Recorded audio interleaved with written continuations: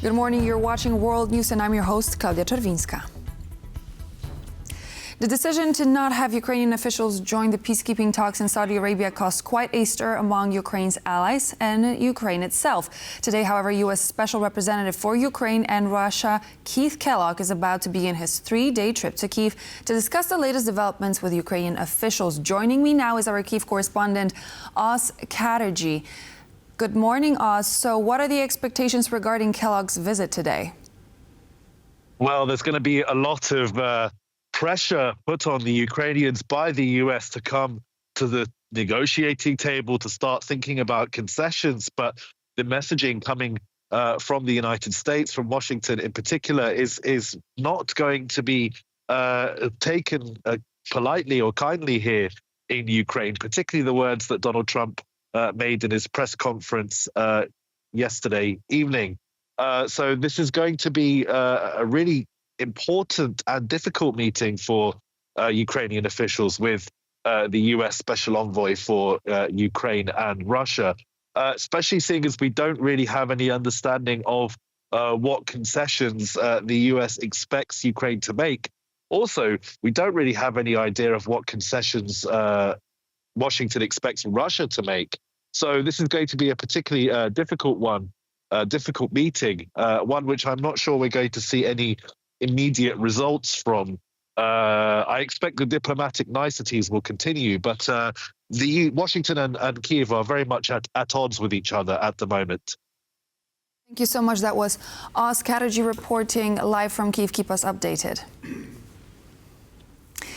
The EU is one step closer to hitting Russia with another round of sanctions as diplomats backed a proposal this morning. The sanctions package in question includes a ban of aluminium imports from Russia and target companies suspected of being involved in murky shadow fleet operations. Our EU correspondent Angela Skujins joins us from Brussels.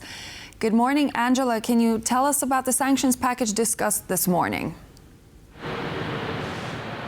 Yes, so the sanctions package was green-lit at 9 a.m. by EU ambassadors here in Brussels. It includes a raft of measures, including a ban of media outlets in the Russian Union. We're talking 8 media outlets, as well as 73 new listings of vessels suspected of being part of Russia's shadow fleet. These are vessels suspected of circumventing the EU's tight regulations regarding crude oil. But more importantly, it includes a ban of aluminium imports.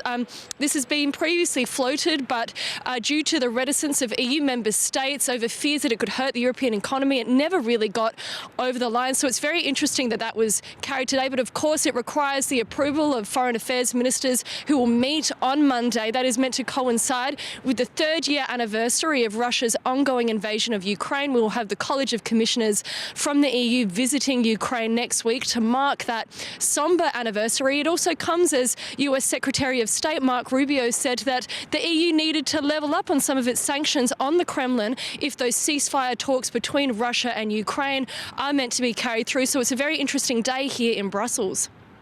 Thank you so much. Keep us updated, Angela. Angela Skujins reporting live from Brussels. And now moving on to France, the country is preparing to host another meeting on Ukraine on Wednesday. The guest list includes officials from countries that did not attend the emergency gathering convened in response to the Munich Security Conference. Reports indicate that the meeting will include leaders from Norway, Canada, the 3 Baltic states, the Czech Republic, Greece, Finland, Romania, Sweden and Belgium. Yesterday's emergency meeting, attended by Poland and other major European players regarding Ukraine, followed the disappointing stance on the US government on ending the war.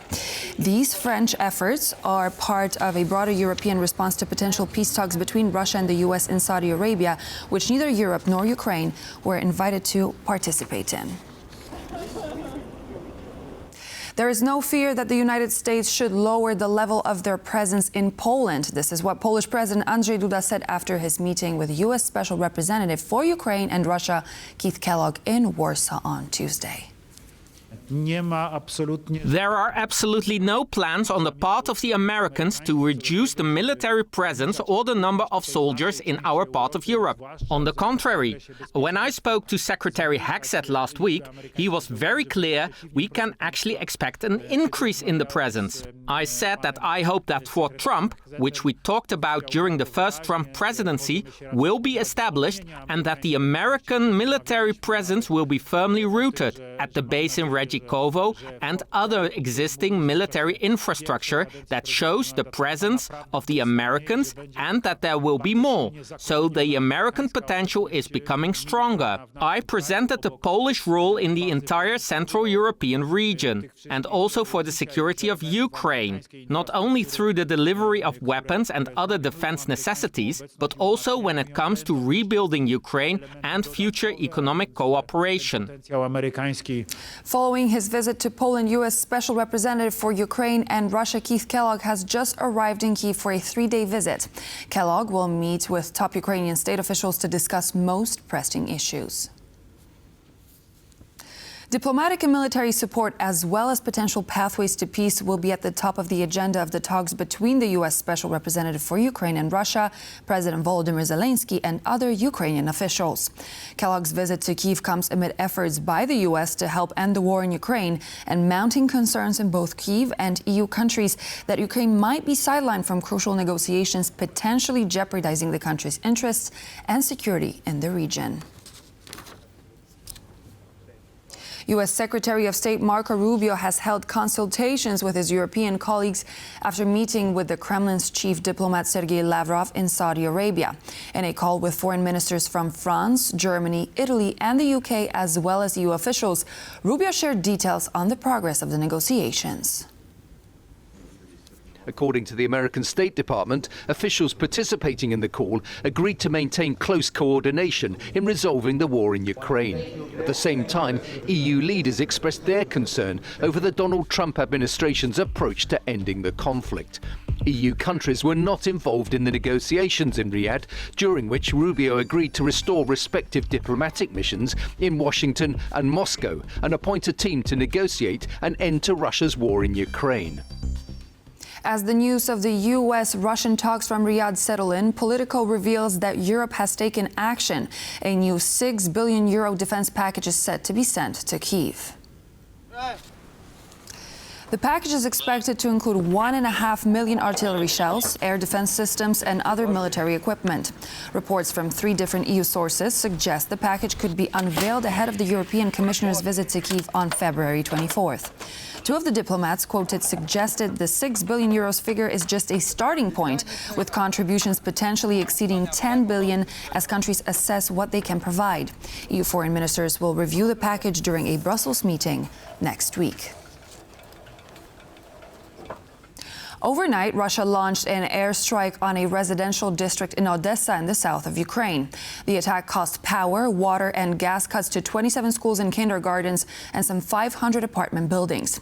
At the same time, several Russian drone waves attacked Kyiv, with Ukraine retaliating by targeting an oil refinery in Russia's Samara region. According to the mayor of Odessa, the attack on the city left hospitals, schools and other civilian infrastructure in a difficult situation. So far, there have been no reports of fatalities in the aftermath, but 4 people were wounded. Overall, 250,000 people have been left without power and heating. Multiple Russian drones also attacked the Ukrainian capital, prompting the residents to head towards air raid shelters.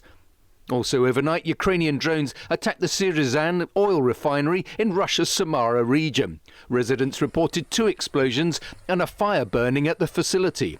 According to preliminary data shared by the Russian authorities, the attack caused no casualties or injuries, but the extent of the damage remains unknown.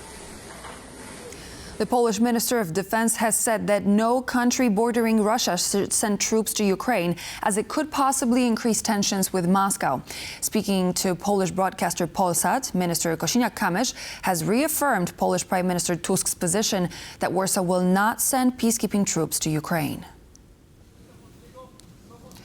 Warsaw is certainly not sending and will not be sending troops to Ukraine, said Polish Defense Chief Kosiniak-Kamysz in a televised interview. The official added that Poland already must secure NATO's eastern flank, therefore will not be capable of sending any peacekeeping missions to Ukraine. At the same time, he stressed that Poland is dealing with constant risk of hybrid attacks planned in Moscow and Minsk.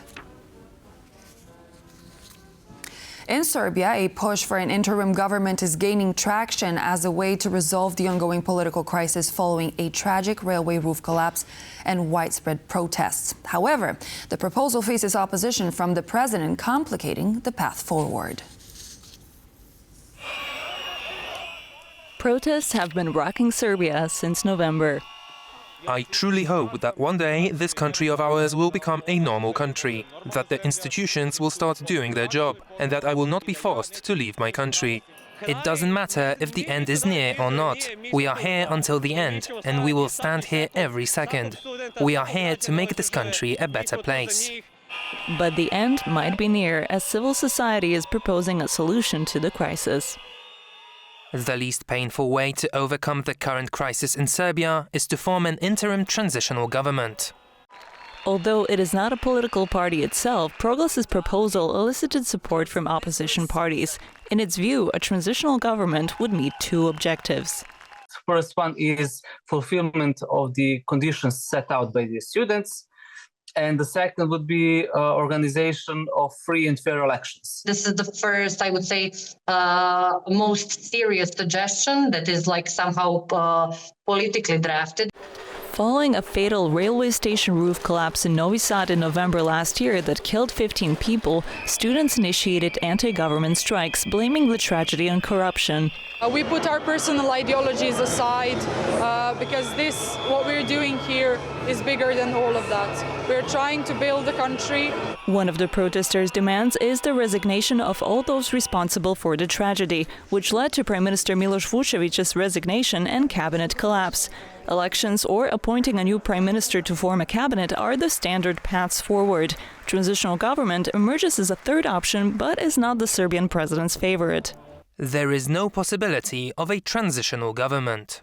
Whether the transitional government will actually come to life remains to be seen, but continued protests could help. Strong pressure from the inside, from the people, can basically make the ruling party accept a transitional government. Stepping away from local pressure, Vučić was presented one of the highest Hungarian honors during a visit to Budapest. The country's prime minister, Viktor Orban, referred to Vučić as the champion of Balkan stability.